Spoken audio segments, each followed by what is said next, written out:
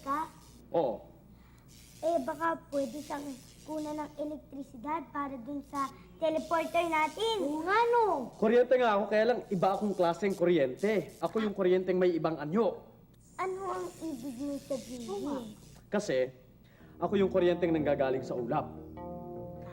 Ang mga ulap kasi nagtataglay ng positive charges.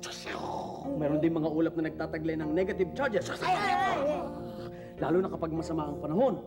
Ngayon, pag nagbanggaan yung dalawang ulap na to, ako ang resulta. Kidlat!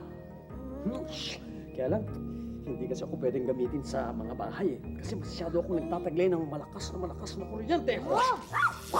Karaniwan, nakakasunog ako ng mga punong kahoy at saka nakakasira ako ng mga bahay pag bumabagsak ako sa lupa. Ako si ugat puno.